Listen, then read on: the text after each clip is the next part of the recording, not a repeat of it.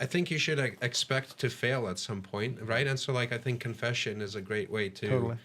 I think we should always not hold the trust in ourselves so much. Like, through my own will, I'm gonna do this penance, but through the penance, learn how weak you are and how much you depend on God to always return to your Father in confession. I think that's a beautiful thing. So even if you're trying and you're failing every week, but you end up in confession every week and continue trying, I think that's way more honorable than a person that's just like purposely flagellating themselves and like not getting anything like out of.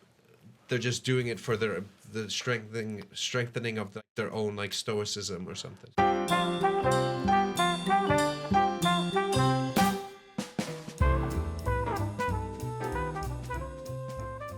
All right, ladies and gentlemen, thanks for watching. Thanks for listening. This is Honest to God, a production of The Quest, Atlanta's Catholic Radio. We got a great show today. We got returning veterans all. We got Patrick, we got Pierce, we got AG killing it in the studio today. We got producer Julian, and I'm your moderator today. Oh, you're the moderator. I'm going to try a new thing. I'm going to moderate. Okay. Yeah, we're going to be talking about Lent. Going to be talking about Mandela effects. We're going to be digging into the health benefits of nicotine. Can we say that on YouTube? Wow. I was not expecting this, sorry. Hey, this is quite the surprise. We had a really exciting pre-show meeting where we just all yelled across this table for a little while. It was a lot of fun. Shonos Benny may or may not be in the room today.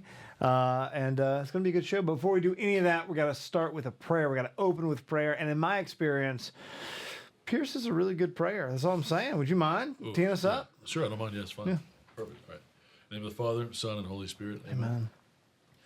God, thank you for this day. Thank you for a chance where we get to gather together as brothers and sisters and talk about you and be edified by each other, and keeping our focus, especially during this time, on you. We hope that you help us in growing together and helping say stuff that might mean something to somebody and can help them grow as well. We love you. We thank you for everything you've done. In the name of the Father, Son, and Holy Spirit. Amen. Awesome. It's pretty solid. It's pretty good. I don't know. Once again, We don't grade. We don't I'm not allowed to grade. grade prayers. I don't. So he I've been gives told hypothetical not grades. to grade prayers. Metaphorically. Then. But if I were to, Right.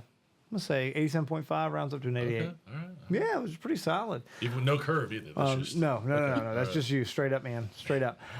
So we're gonna be digging into Lent today after we do some fun facts. But I wanna start by mentioning this episode of Honest to God is actually brought to you by the early 1990s movie Kazam, starring Shaquille O'Neal.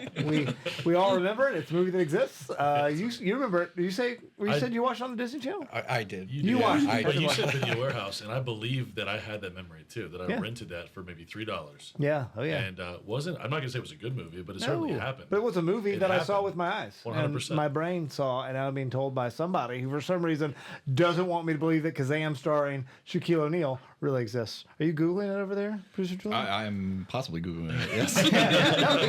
It's a real movie. I don't want to just buy in on the, I guess it's not Mandela effect hype anymore because that was like 15 years ago that was a big thing. But no, it's real life. It has a Wikipedia page, so perhaps enough of us pushed back that it did not exist, and it now exists again. So, wait, really? It exists? At least there is a Wikipedia page that says Kazam, Shaquille O'Neal is the star. Is that how things become real? We did it. We just fight. We saved it. We made Kazam a movie. What's next? The cornucopia? And Bernstein Bears. Bernstein Bears, Okay. yes. We'll Yeah, bring so those back. Do the cornucopia. Was the cornucopia really there?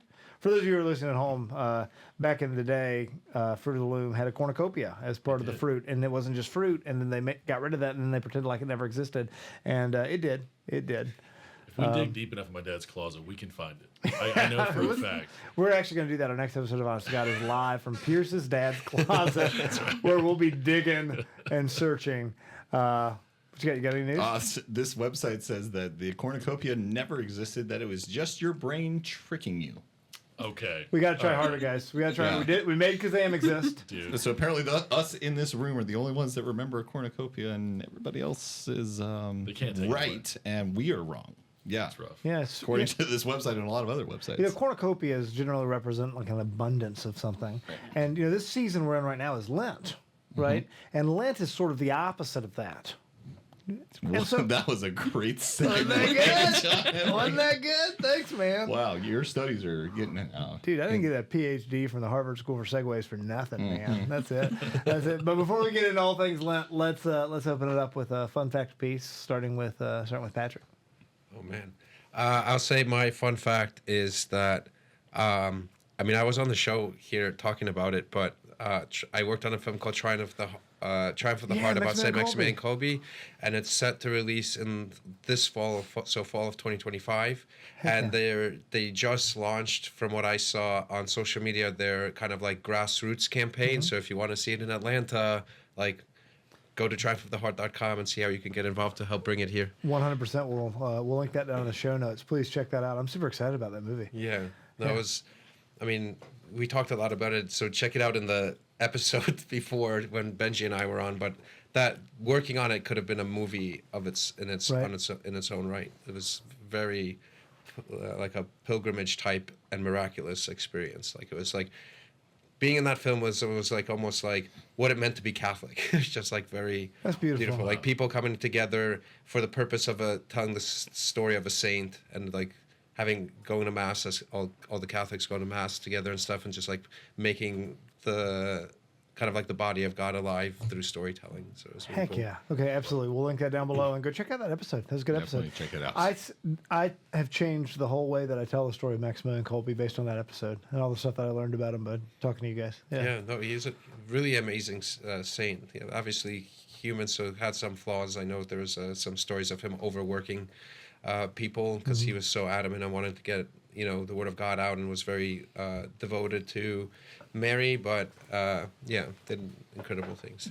John Henry and I have been humbled here, honest to God, a few times for overworking our contestants or panelists. That's true. We've started to I call like them. how you keep calling them contestants, Isn't that man. fun? Yeah. Yeah, it's like contestants for heaven.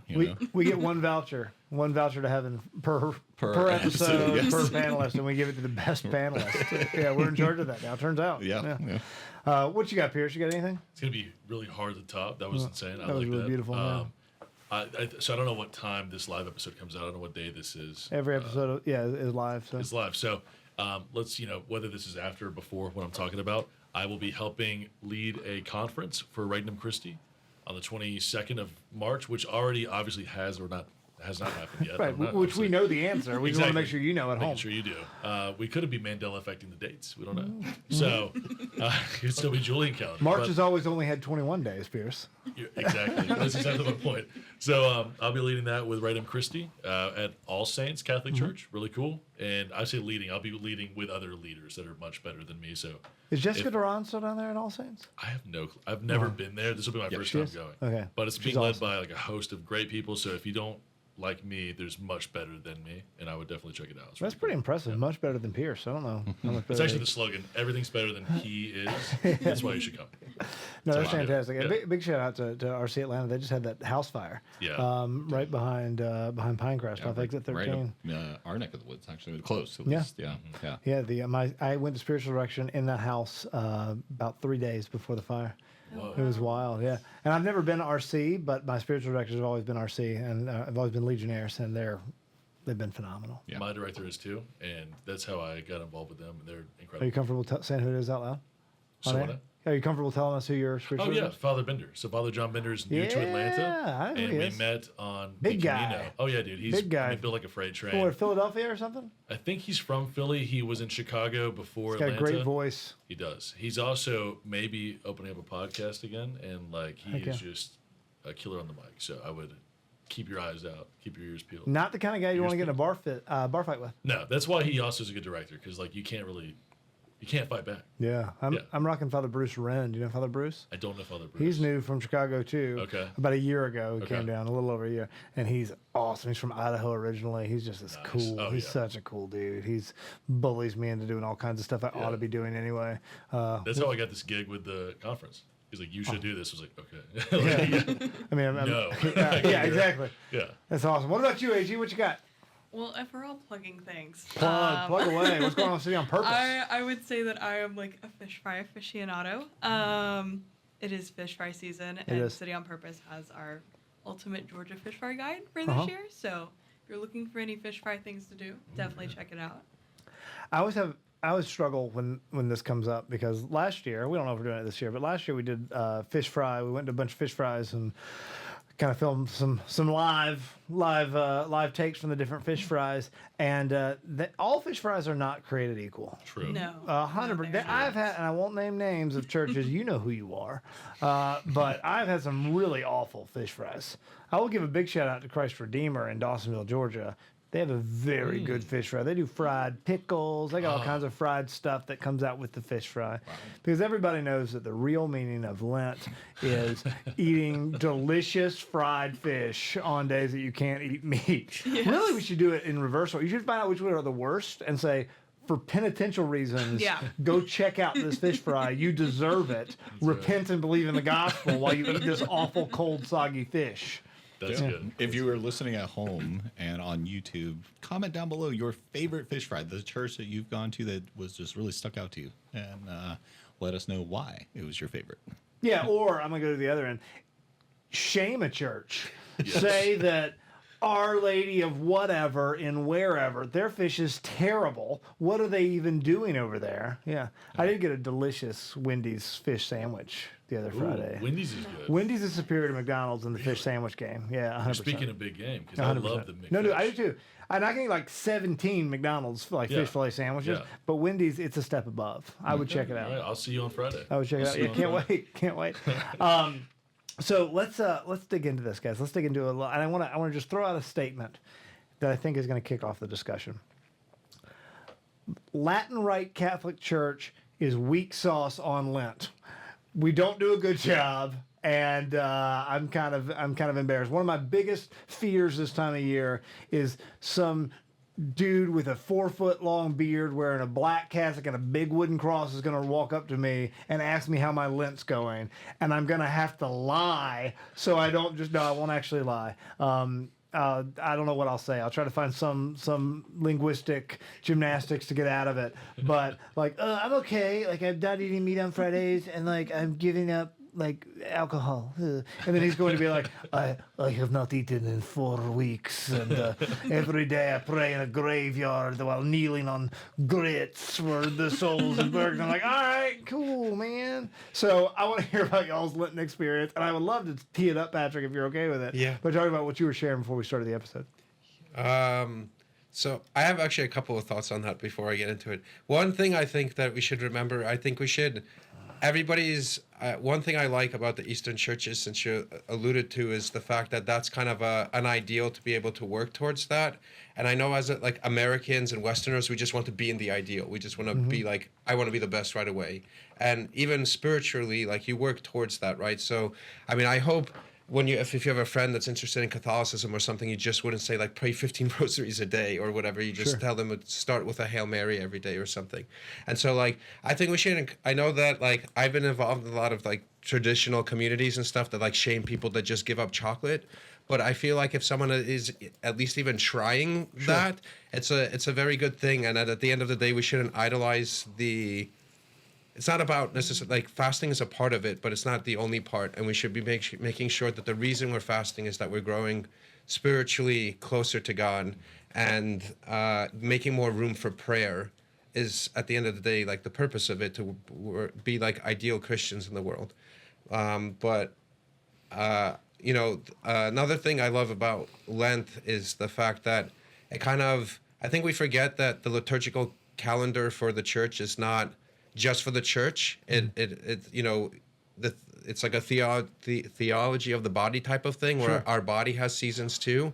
And amazingly, like, the church knows, and God knows, like, our bodies and our seasons very well, more so than maybe we do. Right. And so the liturgical seasons and holidays aren't just for the church. It also includes how our natural world works along with our own bodies. And it's I don't want to turn it into like a utilitarian type of thing, but there is an aspect of it that helps like reset ourselves in a way also to just like, I've been kind of like eating too much filth, right? So like, I'm going to dial back and get healthy again. Or even, back when most of it was like peasants and farmers, you would kind of like, okay, this is now we can kind of like regroup and get the younger animals to be older so that we don't eat into like our herds and things like that. So it's all coincides together. Like that's the beautiful thing about the church. Like everything unites and comes together. It's not separate things. At the incarnation, right? Christ sanctifies the flesh in a way that was not sanctified before. I mean, we're still made in the image and likeness of God,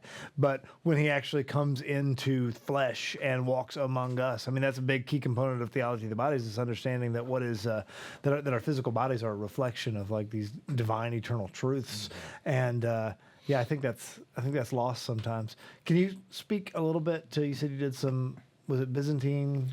Yeah, so I tried. So the Byzantine, what's it called? I go to a Melkite Catholic church, which is within like the Byzantine, the one right? downtown? St. John Chrysostom's, yeah, Heck off of yeah, Ponce I've nearby been there. It's Fenway. beautiful. Yeah. Is that the one that was Asa Candler's Yeah, mansion? yeah.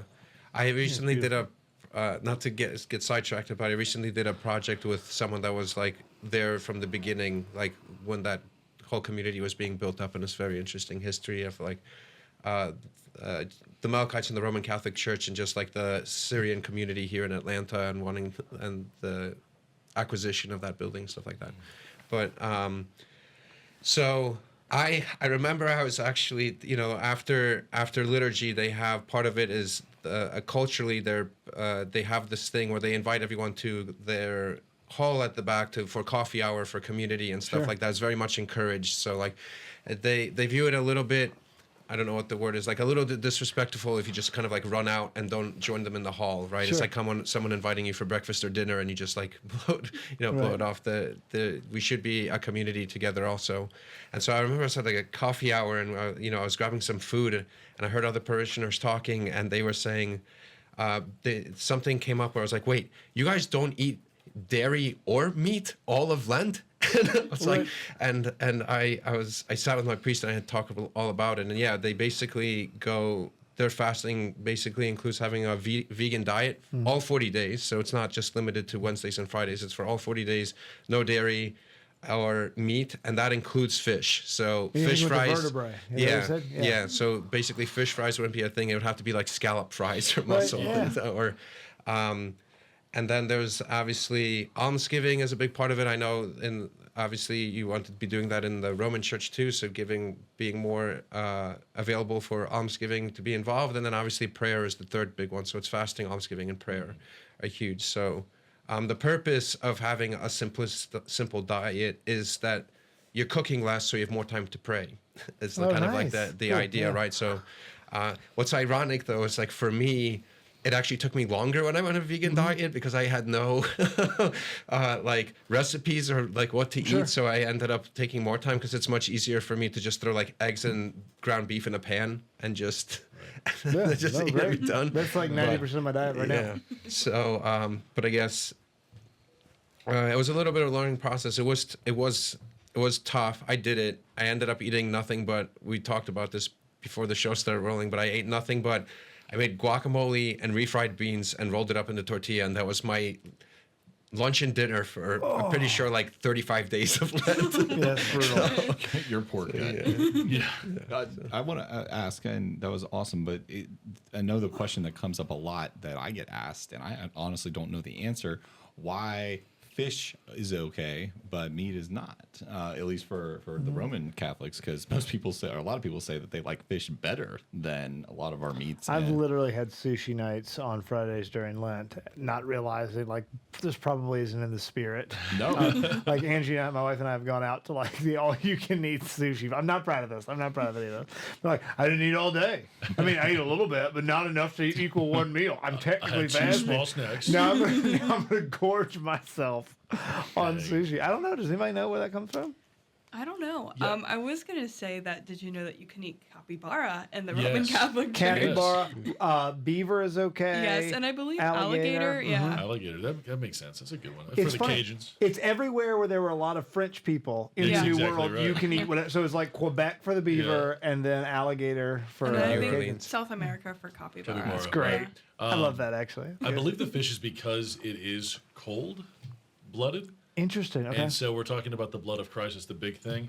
I also think there's a tie between fish and Christ, of course, with all Sure. the parables that we have. And recently I learned at a wonderful mass at Georgia Tech, by the way, that the Faith, Hope, and Charity or I'm sorry, what are we doing? The prayer, things, the almsgiving, and then fasting, I should say. Faith of maturity is also important. Those are seen in the parable of, or the story of the 40 days of the temptations Sure. of Jesus. Yeah. Sure. When he's talking to Satan. So he's entering his mission, his ministry, off of a fast, and those three things are primary in his dialogue with Satan.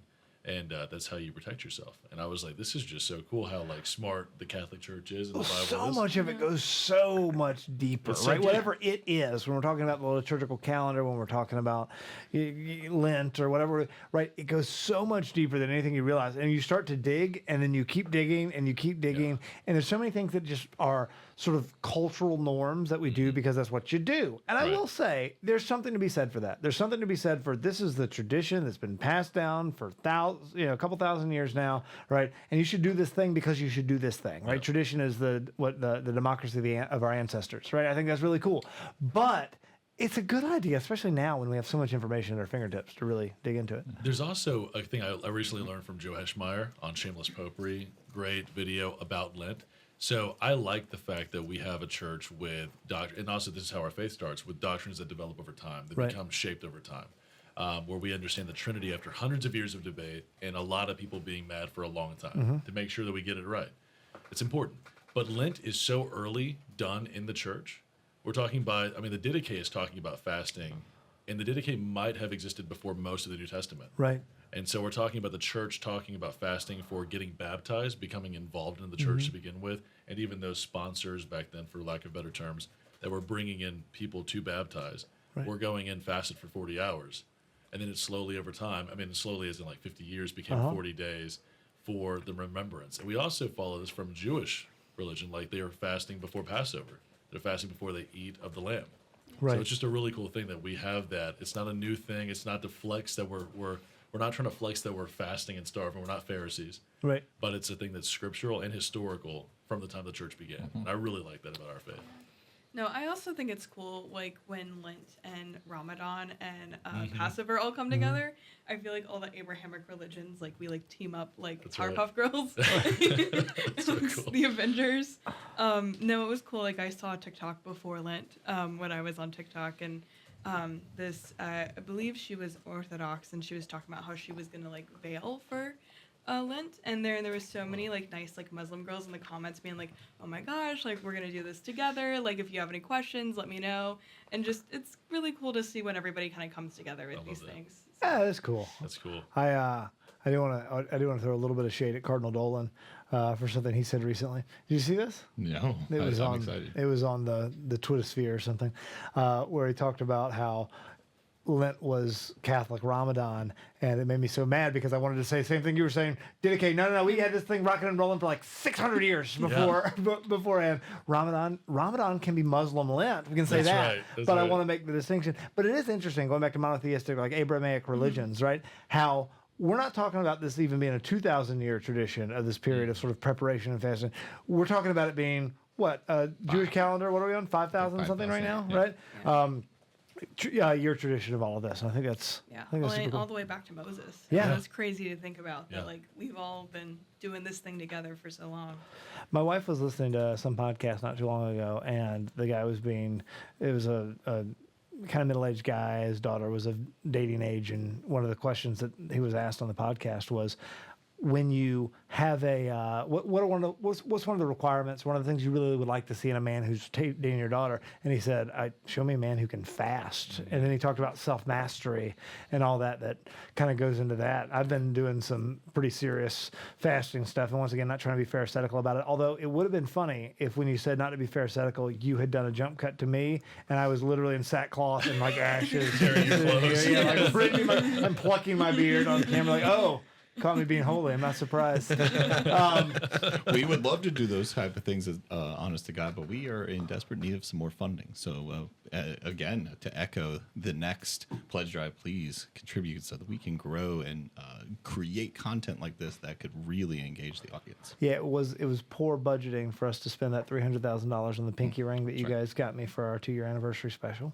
But I really appreciate it. Not really a pinky ring guy, but I feel like I'm rocking it. But anyway, going back to that, and I like what you said, Patrick, because it sort of counters what I'm about to say, and it's kind of making me chew on it a little bit, right? I just gave a talk recently to a group of young people, right, high school, college age people, on Lent not being just a self-help thing. I know you're not saying Lent is just for self-help, but I'm saying the way that these things work in sort of the natural order of our physiology is something that we don't need to be ashamed by, right? I mean, I'll be honest with you. I lose some weight every Lent. I think that's really cool. That's a nifty little side quest that's a part of it. But I feel like a lot of people structure Lent as a sort of this 40-day period of self-help to do the things that you ought to be doing. And while it should not primarily be that, I think it is sounds like what you're saying is it's kind of okay to recognize and say like, no, that's also good. Yeah, I mean it's like all of it, right? So like God is a loving Father, and He wants us to live what we're called to do. And so like if there's distractions in your life, whether that's food or media or something like that, and it gets you off of that and the focus to minister to what He's calling you to do, I think that's a good thing. It's tricky being you're a human being, and we always kind of like lean towards extremes. Like even something as good as Lent, like sometimes like fasting could even be prideful for you because you take it on as a challenge, and so Sure. you're like you try to show like I'm so strong I can do this fast or whatever. But we always should just have a remembrance of like why you're doing it. But yeah, I mean, Catholicism like includes everything, right? So it's never like which one, this one or this. It's both. Right. Right. Yeah. Yeah. Totally. All right, we got about 2 minutes left, producer Julian. You got any Lent thoughts before we go to our break? The only thought was you brought up the Twitter sphere, and I've been off of social media for Lent. I for you. found that it was becoming a disorder of mine, so I don't know what's going on. It has been a little challenging. But Nothing- so that's nothing my exciting. only thought. Yeah, Nothing no, of exciting. course not. Yeah. Yeah, I was peer pressured into getting a Twitter by my boss not too long ago. And probably me a little bit And too. you a little bit. Yeah, I was Yeah. totally off social media for a very long time. And I Right. was proud of that. But Twitter is fun though. yeah. It is right now. yeah. I don't do it at the house though, which is nice. So, like I don't have any internet at the house because of how holy I am. And no, but I don't do it because once again, not because I'm strong, but because I'm super duper weak. And so I've removed that. So when I'm home, even in my house, I have no cell phone reception. I have no anything. It Yeah. forces me to do all these things I ought to be doing anyway. Right. But my wife and I are going to watch the next episode of Reacher when I get home tonight, which I'm excited. I'm excited about. We started doing The Chosen as a family. So Oh, we're we actually did all going The through Chosen. the Okay, sorry, just to derail. We got a minute before break, and I want to go off on The Chosen again because it's one of my favorite things to talk about. My dad loves The Chosen. Praise Is God. like all in. He every time a new season comes out, he buys us the Blu-rays and sends them, like has them mailed to my house, right? And it's really cool. My dad and I have never had similar interest in anything, right, in the religious sphere or outside of it. And so, yeah, we do Chosen family movie nights right now. That's great. All right, when we get back, I really want to dig into. And once again, I don't want to be pharisaical, but I want to dig into why are you giving up what you're giving up? Why are you taking on what you're taking on? And really talk about the taking on aspect of it. And I think, are you doing Exodus? You're doing Exodus Lent. I'll explain that because it Okay. gets complicated. Yeah. All right, we're going to get into all of that and a whole lot more as soon as we come back from the break. Sound good? I like it. Yeah, let's do it. We about at yeah. time? We're very close to time, and I think we can go. Yeah. All right, cool. Well, I got to make sure. It's tricky sometimes over Yeah. there. That's why you're the boss. All right, ladies and gentlemen, we'll be right back. Stay tuned. Thanks for watching. Thanks for listening. This is Honest to God, a production of the Quest, Atlanta's Catholic Radio.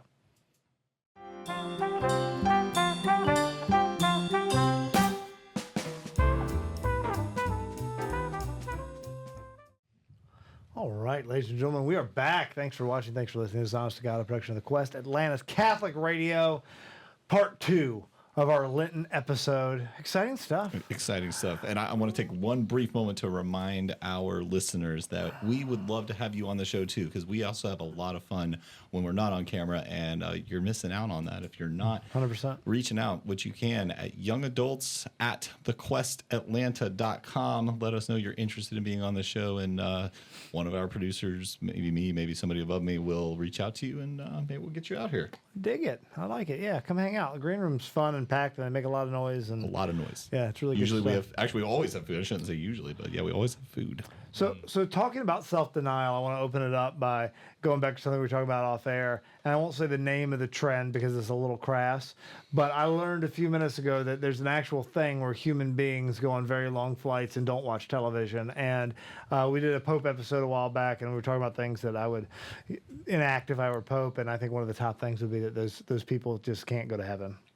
If you purposely, like, I get it, your TV's broken or something, right? But if you're not staring at that screen watching television on your flight from like Hartsfield Jackson to Heathrow across the Atlantic Ocean, like you shouldn't live in a society. You shouldn't be allowed to be a part of this, right? It's a very disordered term that they use for what you're talking about, but yeah, I understand. But they just stare at the map. They stare at the map the whole time. So it really bugs me. What if they're like a monk or something? Yeah, I don't know. I'm sorry. No, I think that's a blanket statement.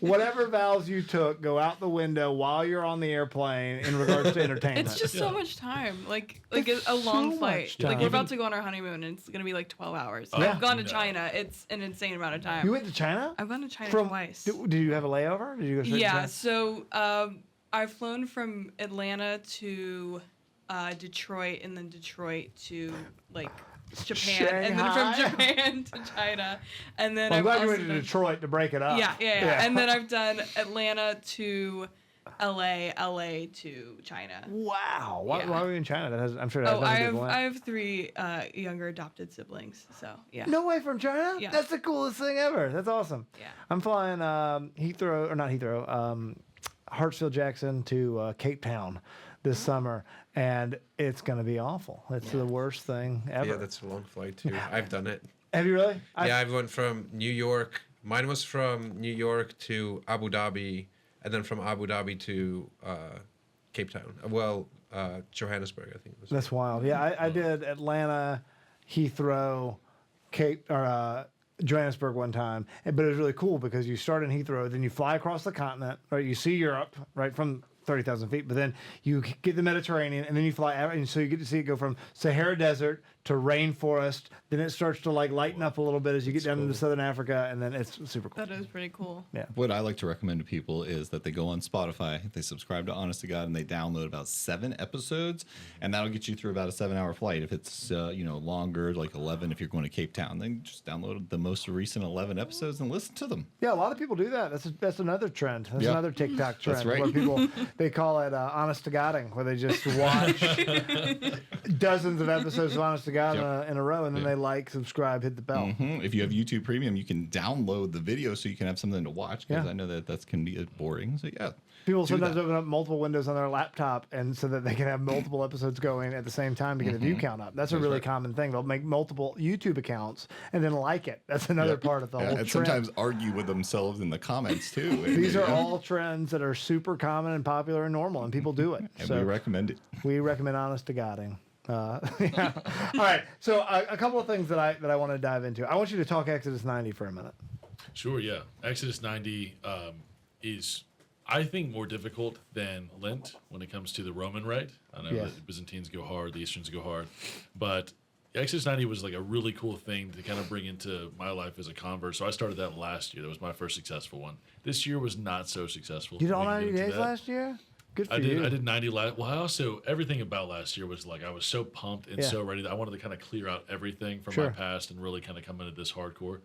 And so it coincided with my coming into the faith. So I was just kind of doing everything all at once. Awesome. That was great. Exodus 90 is like, what's it called? Like 75 hard. A lot of dudes do that nowadays where it's 75 days. Females do it too. Like you work out, regimented diet, schedule, sleep for this many Right. hours, kind of staying off of social media sites, whatever things bother you, kind of bring you down. Yeah. And Exodus 90 is like that, but it's prepping you into the Lenten season Mm-hmm. all the way up to Easter. I forget when it starts. It's 90 days prior to Easter. Right. So it's really cool. This year did not go to plan for me. Yeah. This year I've been struggling a lot with my Lenten sacrifices, and so I've kind of decided to prioritize those over the Exodus 90. Sure. So it started out with a few times we'd be out with a birthday from Knights of Columbus guys that I'm with, Mm-hmm. and we would realize we drank alcohol, which is the number one thing that most dudes don't do in Exodus 90. Right. So it was like, oh, it's Exodus 89 now, and then Yeah. we just kind of kept having those things.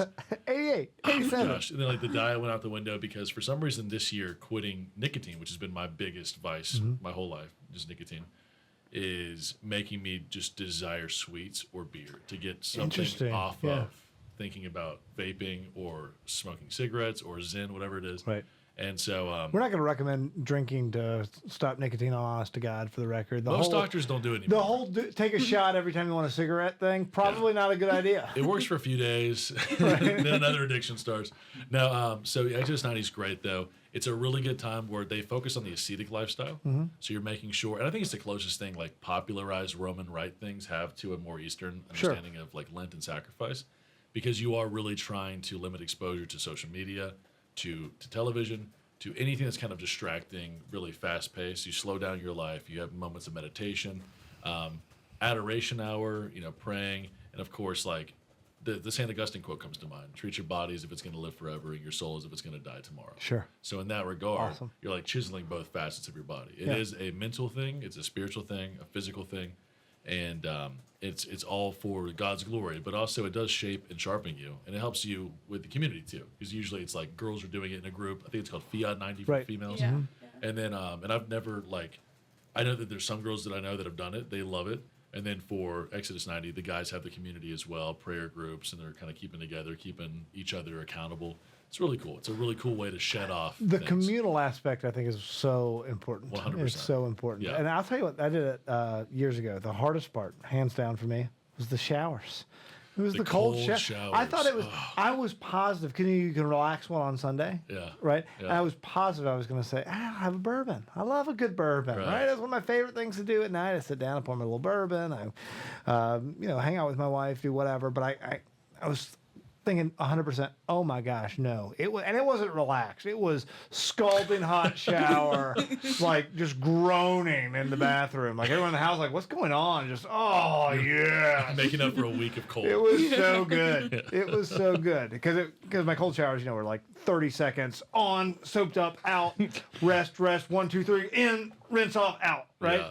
And no, it was wild. You never get used to the cold shower. No. I think I actually did. I willingly will go and take a Right cold now? shower. On yeah. purpose? Yeah. no, dude. I like a cold And even plunge. like not during Lent, like middle of winter, I'll Stop do like the cold plunge or any of You them. related to Wim Hof? Huh? Like, I'm just like, that's crazy. No, I do cold plunges occasionally. Oh, I think that's great. cold plunges are fun. But it's different Yeah. than the shower. The Yes. shower is like multiple new waves of cold hitting me Oh, each that's time. interesting. I almost sometimes feel like it's not even cold enough. Dude, That's I don't. weird. You're on a different like, level. Yeah, Those- I need to become those Polish, Eastern. those Polish genes are just able to handle That's something what that it we is. can't. That Byzantine rite. I was down in Florida this past weekend, and we did I had a buddy with a sauna. We did sauna cold plunges. Ooh, it was the Oh, best. It was dude, the fire and best. ice. Yes, It's good. It was so good. What did you do first? Did you go hot first and then Hot cold? first, then cold. That's a crazy. Yeah. That's a reality shift. Got gross, sweaty, awful, Yeah. and then it felt so good for about 1/100th of a second, and then it was why was I in it? But then we were like, no, we're gonna stay in here for at least a minute, Yeah. right? Get under, get all whatever, and it's wintertime, so we just jumped in this pool, right? And so I've done it with like the cold coils that can get down to like 40 degrees or something. That was awful, It's rough. awful. It's rough. Yeah. So all of that is to say, if you're not doing all this for Lent, then What are you doing? yeah, what are you doing? What are you trying? Would you be open to doing Exodus 90 again in the future? Yeah, if you'll do it with me. I was actually going to suggest Yeah, I'll that do it if, with you. if I'll I'm do- around, if you're around. let's I do it need the next peer year. pressure. I need the positive, like the brotherhood peer pressure of Exodus 90, 100%. That's exactly what I think this year lagged to. All of us started and kind of like not knowing if other people were doing it. And Yes. we all realized at that night, the birthday party, we're like, we were all supposed to be doing this and we didn't tag each other, didn't make a group chat. So we just kind of lost it. So community is important for that for sure. I made the mistake one time. I had a really, really lax anchor, like your partner with Exodus 90, and it was awful. It was like an Exodus 23, maybe, maybe Exodus 20. Every time I was like, hey, man, so like I was out with some guy. Everybody, I just got a beer. I'm sorry. He's like, well, guess that means I get a beer too. I was like, yeah, it does. It does. And then by the end, That's it the was. bro We kept going to the group like once a week, and it was embarrassing. It was This so became bad. more of like a confession chat. Exactly. I drank again. Let me just say that's how I felt. Like, hi guys, I let everyone down once again. So a good anchor should do, or would do, I shouldn't say should, I don't like that word. Penance. Yeah, a penance. So Yes. I will do an extra workout this week for you. That would be a Right. good anchor. Yeah. No, in we my decided opinion. that if one person wasn't up to snuff, the other one didn't have to. It was so terrible. So yeah, find a good group of guys though. It's super interesting. I have written on my little sheet here from the producers that I should throw out the catchphrase "living liturgically" and hear if anybody's got any feedback on that, especially during the Lenten season. I feel like we've been talking about that. from what I can like gather from context clues here, that's sort of what Lent is. But I don't know. Can anybody speak to that term a little bit? I'm not sure I've got it down.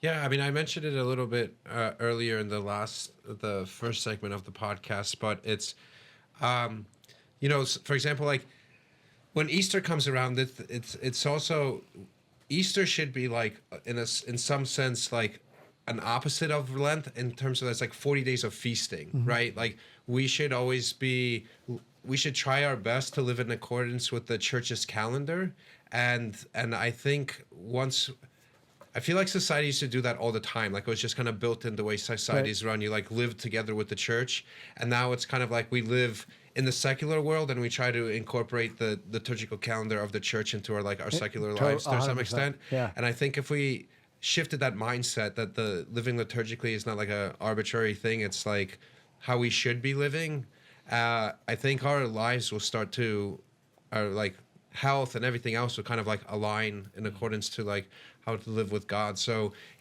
there's seasons of penance and fasting. There's seasons of feasting. We should take feasting also just as importantly as we do like fasting and penance. I feel like sometimes I have some like Roman Catholic friends that feel like sometimes they feel a little guilty for almost feasting after going through the penance season. Right. So like,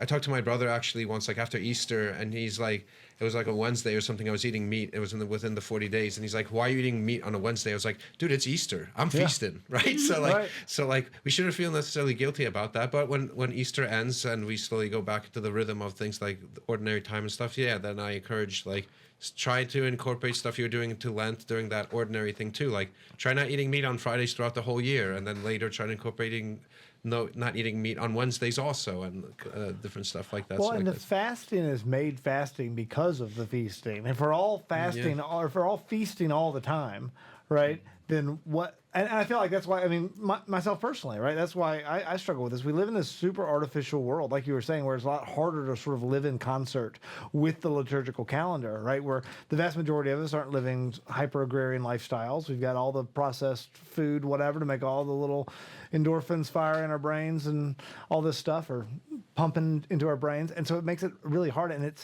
it's I feel like 600 years ago, I wouldn't even have to be that purposeful about it, because not only am I living in a society that's all designed around this, right, where we actually put first things first, but also the ebb and flow of my life is so tied to the seasons and these things in a way that is much more natural. And so now you have to be purposeful about it in a way that you didn't used to have to be. I mean, I also think too, like back then people didn't have access to like calendars. You weren't tied down to like physical things, like you didn't have access to a calendar on your phone. You didn't have that in your home. Like the church was the one that was leading these things, and like, the bells would ring for church and for service and stuff. So like that life was around that, because now we have access to everything and we are so disconnected to that. 100%. There's also an aspect of it being like time almost being like overly defined, like because we have before it was like the sun comes up, I work, the sun goes down, I go to sleep, right? It was like very simple like living. Now with time and days and calendars where we could like number everything, then we feel like we schedule according to that instead of just like, oh, sun's up, I'm going to work, sun's down, I'm with getting ready to rest. And so it's like seasonally and stuff like that. I wonder how much that affects, like, we have this idea of seasonal moods or seasonal depressions too. Yeah. We're not living in some kind of like habit. Animals have their habits and there's instincts there's something they're not taught, they just do. No one teaches the bird to fly this way during this time. It's just a migratory, it's an instinct. And I feel like, we should be breathing with the church. As the church does something, we should be acting in accordance with them. We are the body. Sure. We have a whole body. Right. And back then, there's church is leading you and your community to do this. We're all suffering together. We're all celebrating together. Yeah. And that's with whatever you had. If you were the poor family or the rich family, you all joined in together, and whatever feast you could make, that was your feast. Yeah. I wonder if we lived more liturgically, if that would affect our moods as well. Because, I have no reason to live with dopamine-less, no nicotine right now. Right. Like, my normal state is so loaded with, like, things to help me move on and live on. And I'm crutchless right now, except for sweets. Sweets are my crutch.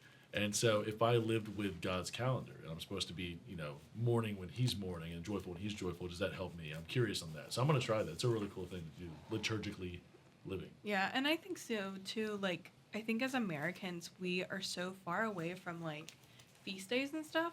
Like, especially in Europe, like each country has their own like patron saint. And Right. so like there's I think it's St. Bede's Day. I'm sure Justin will correct me, but like Ireland or not Ireland, but Scotland just had their like Saints Feast Day, and Wales just had theirs, and like it's a huge deal, and there's so many like traditions, and some of it's mixed with like pagan stuff that like the Christians were like, that's kind of cool, but we're gonna do it for the glory of God. But, I like, love that stuff, by the way. Yeah. All these I think people it's will super like cool. fight and argue Yeah. against, like, that's not actually. It's like, nah, dude, we 100%. doesn't matter, We yeah. rocked the pagans, and we were like, hey, these were great ideas. Like, we're going to incorporate that, but now we're Yeah. going to make it for the glory of God. So it's a Yeah. really good thing. But we don't really have that here in America. I feel like everything is so like, like just so like individualistic, and Yeah. like I feel like the things that we celebrate are like the 4th of July and like Memorial Right. Day. Like we don't have like the religious kind of like meaning behind those Sure. things, and so I think that we lose a lot of that. Like, and I think that there's a flip side to that. Like in England, they always eat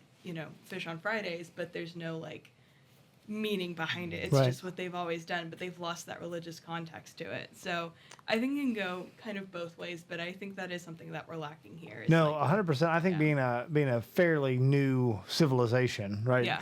In America, and also being found by sort of these like Enlightenment Protestant, pseudo Protestant thinkers has really shaped everything we do all the time in a way that we don't realize. And especially as Catholics in the United States, it's interesting how like most of our Catholic traditions are imported because the old world has this thousands of years, 1,500 years of Catholic history on us. Well, even like the way that like we celebrate Mardi Gras in the South is very, very different from France. I actually like heard this whole thing about Mardi Gras in the South, like on Yeah. NPR of all places, and it was Super really, really interesting, interesting, and about like the traditions that we have here that are so different than other places you can find it. And Right. I think that's cool. I mean, Yeah, I think it's it's super just really interesting, cool, but it is to see how we have managed to secularize all Yeah. these really beautiful to make something like Mardi Gras, right? Fat Tuesday. Yeah. This just gluttonous Yes. like celebration of sort of the Yes. most base elements of ourselves, or even St. Patrick's Day or Yeah. something, right? That Yeah, has. Yeah. but it's because it's disconnecting. It's like our culture. So it's like we live in like a carnival culture where we're always indulging stuff. So when the Mardi Gras comes around, it's We like over- we have to yeah. indulge Yeah. even Even more than we more, usually yeah. do, right? And there's no like meaning attached Whoa. behind it. That's a Whereas great like point. if you're fasting and then you feast, like it feels different, right? So like if you're eating apples constantly, you're obviously going to want to like dunk it in like sugar and caramel because it's not sweet enough for you Yeah. anymore when you celebrate. Well, I did a carnivore diet thing for a long time, not a long time, but for months. And just speaking of that on sort of like a tiny example, when you eat nothing but meat all the time, and then you eat a carrot, that carrot is sweet. Ooh, that carrot is good. That is a celebratory carrot, right? I don't like carrots, but I liked carrots, right? A glass of milk. Oh my gosh, it just like pumps you up. And so it's neat. And once again, I think much more natural to live that way. And I'm not saying that you're unnatural and disordered or whatever. If you're not, I'm definitely not. I'm definitely not living like in accordance with sort of the liturgical calendar and myself in those ways. But I think there's something to be said for that. I think there's something to chew on there.